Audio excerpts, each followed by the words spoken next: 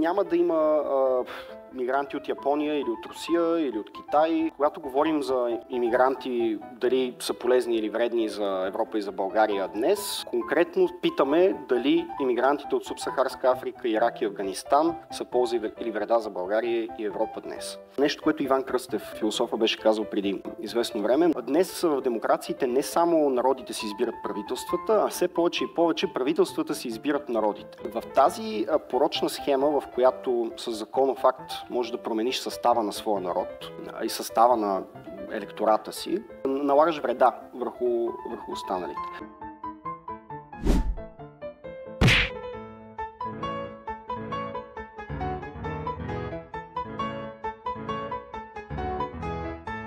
Ива много хубаво постави два въпроса, според мен, които ще бъдат важни в целия дебат. Първият от които тя много хубаво въведе историческата тема и ни загатна, което аз ще се опитам да довърша, че няма една миграция. Всъщност има много различни миграции в историята. И те въобще не могат да бъдат сложени в една категория. Има миграции, които представляват нашествия и завоевания, има миграции, които представляват приемане на икономически имигранти, има такива миграции, които представляват приемане на бежанци от война, има миграции, които представляват идване на хора от друга религия и култура и такива, които идват от сходна и близка, например, такива, каквито са православните арменци, които са живели също като нас в Османската империя дълго време и са страдали от нея. Затова е важно, според мен, да приземим нещата в конкретика и да кажем коя е миграцията днес на това място, където ние живеем в Европа и в България, в настоящата година. Значи, макар да преминава населението на света вече 7 милиарда души и да гони 8, сигурно ще ви изненада да научите, че всъщност по-голяма част от света няма раждаемост много над 2, коефициент на раждаемост 2, т.е. хората не се заменят от тези, които се раждат, тези, които умират, не се заменят. И има много малко места по света, ограничени са, тези, в които има всъщност огромна, непропорционално голяма раждаемост и те са Субсахарска Африка, Ирак, този регион на Близкия изток конкретно и Афганистан. Тоест, когато говорим за имигранти, дали са полезни или вредни за Европа и за България днес, конкретно питаме дали имигрантите от Субсахарска Африка, Ирак и Афганистан са полза или вреда за България и Европа днес. Сега,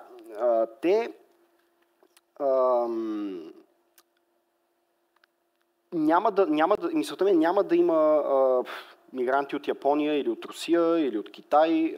Всички тези държави, включително и, например, Индия, която мислим, че е една страшно населена държава, но те в следващите десетилетия няма да имат излишък от население, напротив. Сигурно и те ще бъдат поставени пред същата дилема, като Европа, дали да си реформират радикално икономическия и социалния модел или да внасят хора отвън. Сега, Европа, за разлика от Япония, например, защото Япония е взела решението, че ще си реформира икономиката, ще търси автоматизация, роботизация, ще иска да вдига производителността на труда на младите активни японци, за да могат те да изпреварят скоростта, с която устаряват останалата част от обществото и да не се усети някаква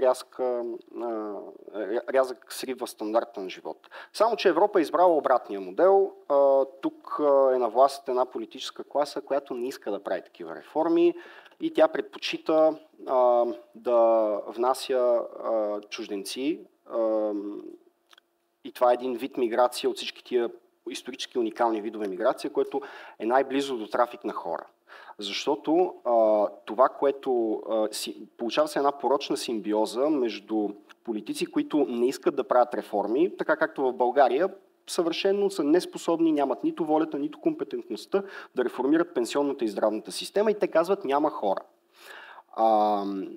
Което е за мен, меко казано, обидно и цинично спрямо милионите хора, които има в България. Сега, получава се една порочна симбиоза, в която те получават такъв поддръжка от ефтина работна ръка за този устарял практически от 19 век социален и икономически модел. И освен това получавате избиратели, които да гласуват за партиите, които ще ги избират. За партиите, които подкрепят имиграцията. И това ми напомня на нещо, което Иван Кръстев, философа, беше казал преди известно време, много точно. Днес в демокрациите не само народите си избират правителствата, а все повече и повече правителствата си избират народите.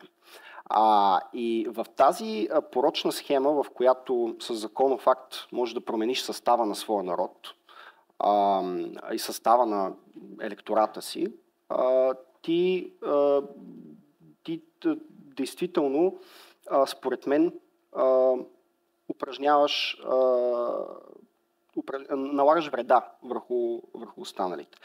Така че две са посланията, с които искам да запомня моето изказване. Едното е, че говорим конкретно за имигранти от тези части на света, т.е.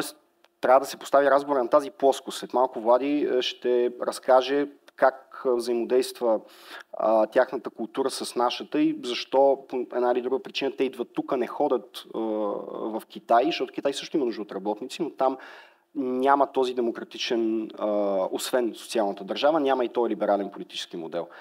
И второто, което е да се замислите дали е от полза или от вреда да имате политици, които в момента, в който вие поискате, вие сте претенциозни, искате от тях да реформират, да модернизират обществената и икономическата система, те избират да ви заменят с други хора, които няма да бъдат толкова претенциозни.